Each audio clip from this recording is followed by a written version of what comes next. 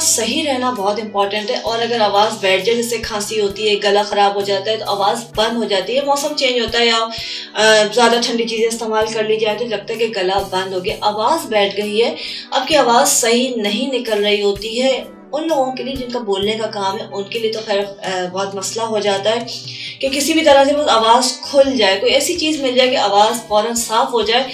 उसमें अगर खरखराट आ रही है या बिल्कुल बैठ गई है, या औरत की आवाज़ मर्दाना हो गई है और मर्द की आवाज़ एक अजीब व गरीब कैफियत में आ गई है, पता ही नहीं चल रहा होता, तो वो उसको सही करने के लिए बहुत सारी चीज़ें होती हैं। लौंग चूसनी चाहिए, लौंग को मुँह में रख लेते हैं, चूसते हैं तो आवाज़ खुल जाती है।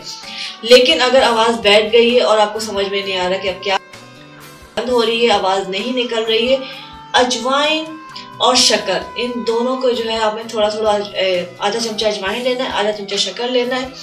1 कप पानी में इसको बॉयल करेंगे अच्छा सा। उसको खूब पकाने के बाद सोते वक्त ये पानी पी लेंगे। सुबह जब उठेंगे तो आवाज़ खुल जाएगी।